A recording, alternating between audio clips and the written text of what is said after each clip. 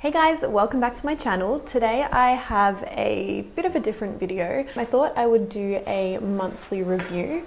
So this is mostly beauty products. I've got some skincare, makeup, hair care, body and fragrance. So a little bit from every category that I thought I would share with you guys. Some are new things that I tried during January, and then some of them are things that I've used up or nearly used up during January. So I thought that I would share with you pretty much the good and the bad and just what I thought of all these products. So I'm going to start off with hair care, and this is a range that I've been using for a few months now and I've nearly used it up. This is the Davroe Scalp Remedy Shampoo and Conditioner.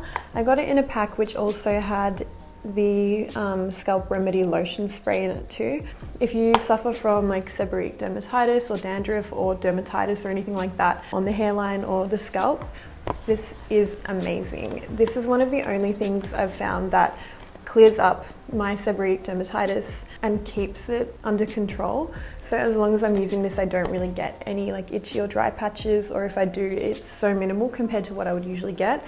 Especially during winter, my scalp gets really dry. This is so gross, but I mean, I know a lot of people do have, similar problems. So basically it's a shampoo and conditioner, and then the lotion is just a spray that you can kind of spot treat like on your scalp, or that's how I've been using it at least. I spray it on while my hair's damp just before I blow dry, and yeah, I think that really helps. I can also use this kind of in between washes if there's areas that are starting to get a little bit itchy. And yeah, really good. You can buy it from Hair House Warehouse. Okay, now into body care. The main fake tan that I've been using throughout the month of January is Mind Tan.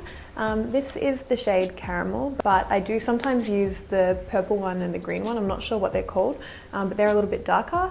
The caramel one is good if you're quite fair and you want it to look really natural, because it just adds like a warm tone bronzy kind of glow to the skin without looking super dark or like, you've really like fake tanned.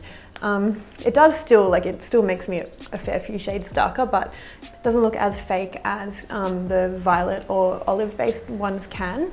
If you're really fair and you use like a green based tan, which a lot of them like Bondi Sands and heaps of other tans are, it can actually pull quite green. Like it can show up really green on the skin if you're really fair like I am, whereas if you were to use a green based tan on a skin that's already quite like warm, then it wouldn't look as green. So sometimes I find it looks more natural and a little bit better if I use a lighter tan like this. So the main reason that I really love this brand, the Mind Tan range, is because they come off really nicely. Like they don't chunk off, they don't go crusty, they just kind of fade really evenly. And I've never had a problem with them looking really gross and crusty towards the end, which is amazing. So highly recommend. Now for fragrance, I have two quite different fragrances that I've been really enjoying. The first one is the Jo Malone Wood Sage and Sea Salt. This is one of my favorite summer scents, and it has been for quite a long time. How would you describe it? It's really fresh, but it does have that kind of like woody, like that woody note. It smells really beachy. Like, I think this would be really nice in a candle too. But yeah, very unique. I don't know anything else that smells quite like this. And I love wearing it in the warmer weather. So that's been a favorite of mine. As you can see, I've used up like half of it since November or December. So going well on that one. The other fragrance that I've been really liking is the Black Opium Glowing. This is the Eau de Toilette, but it is really strong. Like I think this is the type of perfume where you can do like 1 or 2 sprays. I still get compliments on it like towards the end of the day when I think that no one can smell it anymore. So this is quite similar to the original Black Opium. It's just a tiny bit fresher, a little bit more floral. I really like wearing this if I feel like wearing something a little bit stronger and bolder, and something that I want people to really like notice, because this is definitely that type of scent. And whenever I smell other people wearing Black Opium, like I recognize it straight away. I've also been having a bit of a problem lately with perfume on my skin. It's been irritating my skin quite a lot. I've just been spraying it on my clothes and my hair, and then kind of hoping that people will be able to smell it later in the day. Because usually I'd spray it like on the inside of my elbow, on my wrist, but and on the neck, but I can't do that at the moment. So yeah, I've just been spraying this because I think that lasts really well and people can always smell it throughout the day. I'm going to move on to skincare now. So the first item is the Tatcha water cream. I know this is like a cult favorite, like people love this stuff. I've been using it for a couple of weeks, maybe since, actually probably about a month on and off.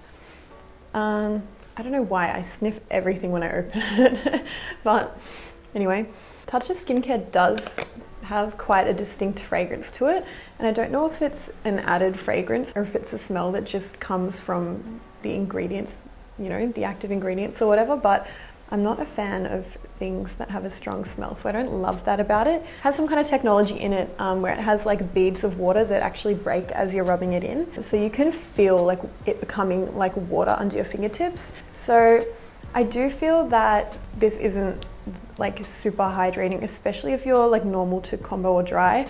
If you're really oily and you hate the feeling of anything creamy on your skin, you might like this. But I'm actually quite oily and I still find that this isn't enough hydration for me on most days. Another moisturizer that I tried once and pretty much said forget it is the C.E.O. from Sunday Riley.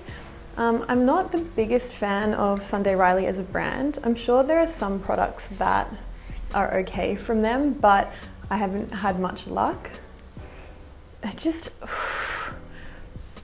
It literally smells like orange juice or like orange flavored something. Like, I don't see any reason why you'd ever need to put something that fragranced on your skin.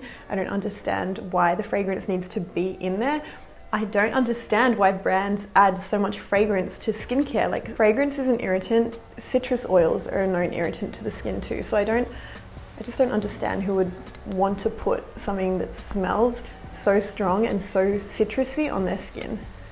I mean, if it works for you, then whatever, keep using it. But I can't. I put it on my skin. It was stinging straight away. I could not stand the smell. I just rinsed it straight off and I will never use that again. So there's that one. I also have the serum from that range. I will not be using that because it is way too fragranced. Okay, now back to a moisturizer that I have been enjoying is the Perricone Hypoallergenic Nourishing Moisturiser. This one I have almost used up. I've been using it for a few months and I really like it.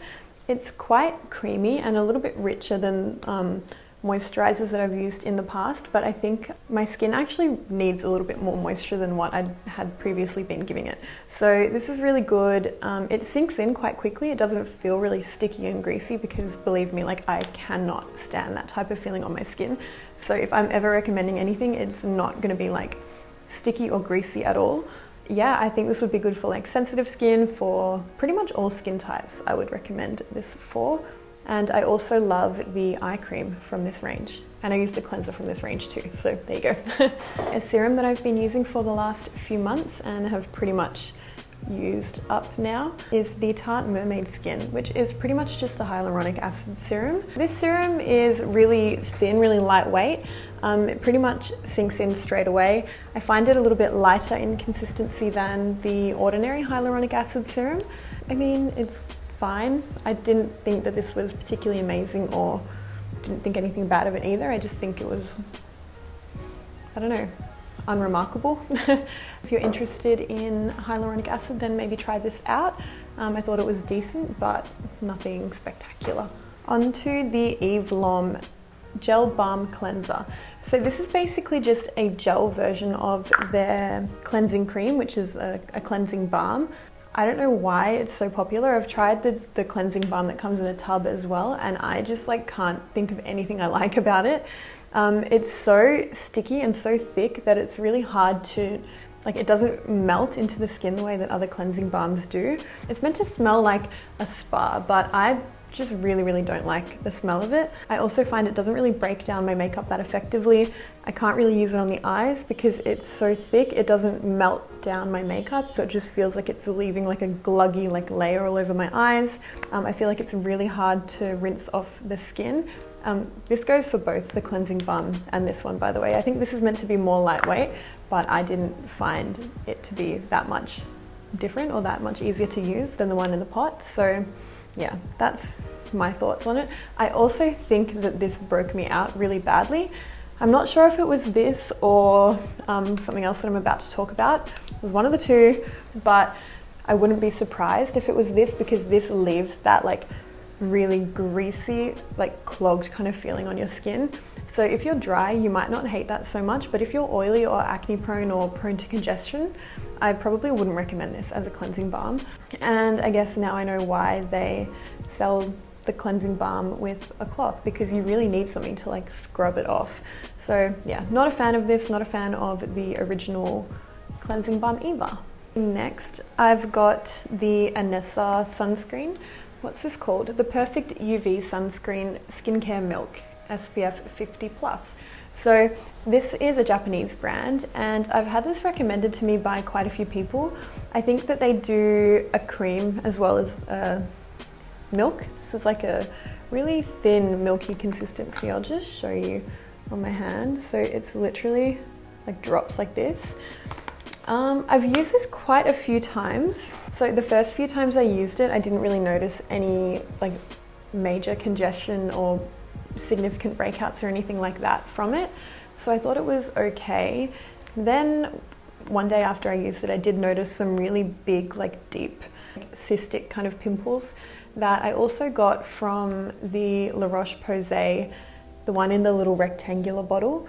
And the texture of them is really similar. I haven't compared the ingredients, but the texture, the way that they feel is really, really similar. So I don't know if that's maybe like similar ingredients or something like that. But the La Roche-Posay one broke me out all around here, and just the worst cystic acne. It was so bad.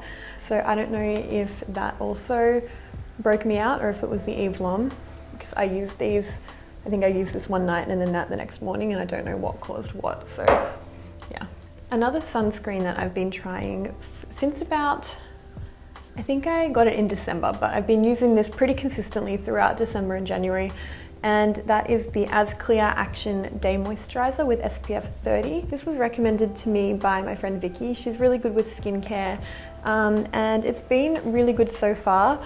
I find it to be quite lightweight. It does make me probably a tiny bit shinier than I would get without SPF, but I think that's pretty normal. I'm totally fine with SPF making me a little bit shiny as long as it doesn't break me out, because that's the main issue that I have with a lot of sunscreens, is that they break me out. I'm not 100% sure if using a moisturizer with an SPF in it is meant to be sufficient, but I do use quite a generous amount. I think that's probably enough, given that I don't spend that much time outdoors. If I'm going to be outdoors, then I'd usually use like an SPF 50 on my face, but if I'm just going to be like, you know, walking to the train station or just walking around here and there, like incidental sun exposure, then I think that's probably fine. Definitely better than wearing nothing. So this one's been pretty good. It's almost empty. I think it's down to about here now.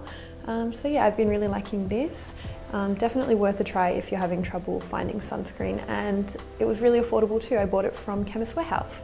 And this is my absolute holy grail of skincare, the Dr. Dennis, the Alpha Beta Extra Strength Daily Peel Pads.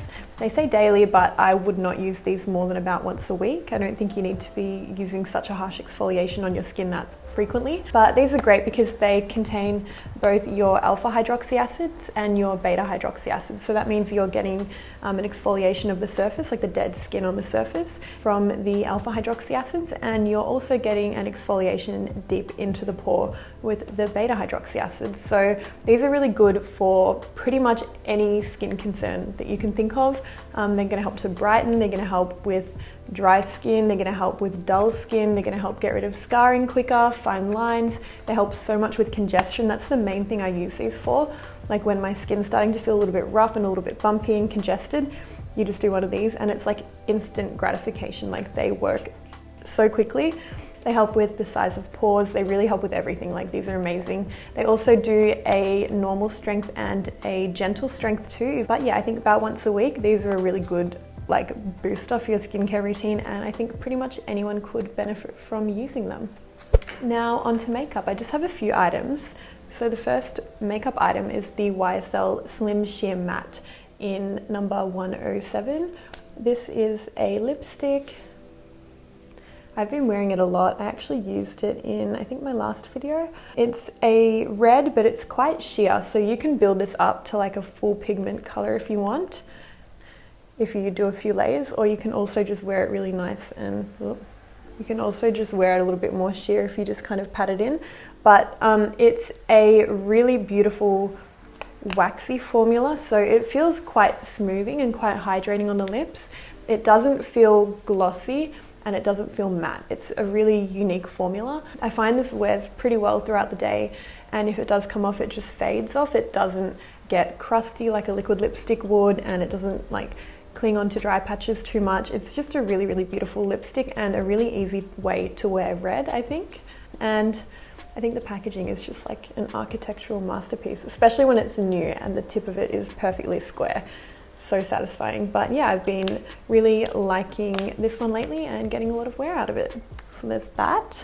Another makeup item that I've been using a lot in January is the Bare Minerals Gen Nude Latte eye palette. I know mine's a little bit worse for wear, but I love Bare Minerals eyeshadows, and I think that they're so underrated. They're really beautiful, buildable, blendable. They have good pigment, but they're not so buttery or so pigmented that they're difficult to work with. They come in palettes of 6 like this. There's a few different colorways, but I think they're set up really well. My cat's crying at the door, but she's gonna come in and bite my feet. So yeah, so they're set up in a way that is really easy to use, especially if you're not that into makeup. I think you can't really tell, but these were just 2 different kind of gold shades. So yeah, as you can see, they're just really easy to use together. Like all of the shades work really well together.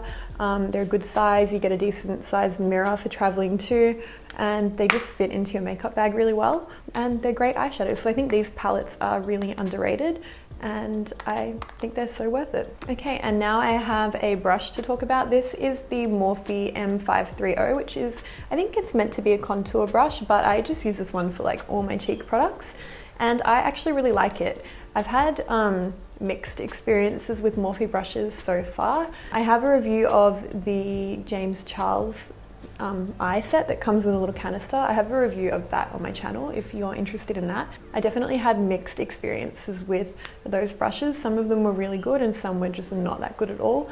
But I've been really liking this for my cheeks lately. It's got a good amount of springiness to it, so I find that it's really good for patting and it just blends really nicely, and I always like this kind of natural hair type of a bristle brush. So that one's been going really well, and I bought a bunch of new Morphe brushes, so I will be back with a review on those.